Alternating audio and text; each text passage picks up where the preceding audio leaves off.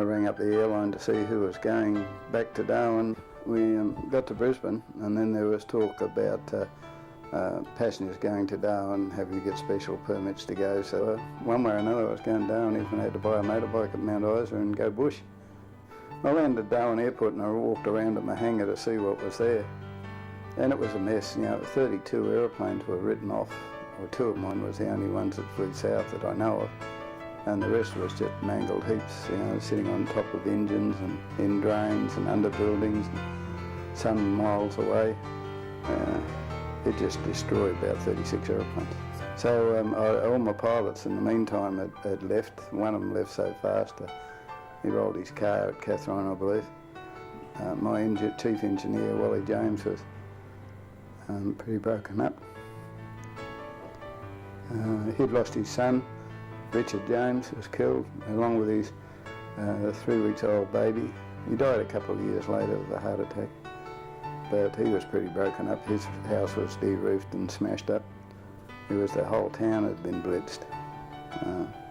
You'd have to see it to realise it was bad. And the secretary was killed. It was confirmed to me that she was killed, and I went around to the caravan site where she was staying, and they confirmed it to me that she'd been in a very mangled up caravan. But the happy aspect of that was, of course, that about a week later she walked down the path and she was alive. She wasn't dead at all. And that's a weird feeling. See somebody you thought was dead for a week walking towards you. She got a big hug. It was a bad time. And everyone was okay of our mob, except for the lady that lived with us. She went to a party on the Booyah and she perished at sea. There's quite a few people missing, still. Missing. I mean, that's it. Unless you apply to the courts to have them officially recognised as dead, then they're still missing. On Boxing Day, you could hear bulldozers sort of clearing the rubble where there were brick flats and places like that, looking for bodies.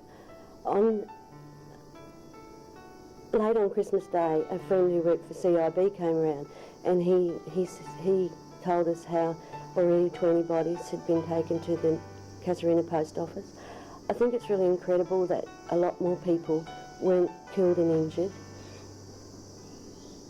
Although Darwin's population was relatively small, I find the figure of 55 very hard to believe when you look at the destruction and the amount of debris that must have been flying around at the time. Unless you were protected by walls, you stood a fair chance of being pretty badly injured. I think Darwin had a fairly high itinerant population at that stage too, and a lot of people weren't accounted for. It must have been extremely difficult for the authorities to come to any decision as to a death toll, and I think the figure of 55 was, arbitrary and really soothed a lot of people at the time, particularly relatives and things down south. Their immediate concern was, are our relatives okay in Darwin? And the authorities couldn't answer that question, of course. It was just something that had to come out, to be borne out by time. At midday on Boxing Day, the local radio came back on air, and that was really wonderful because people started to be able to find out what was going on and what they could do. Major General Alan Stretton deserves a medal for what he did for us. Without him, there would have been much more panic. Just even to listen to him on the radio was a real comfort to get some guidance in what to do.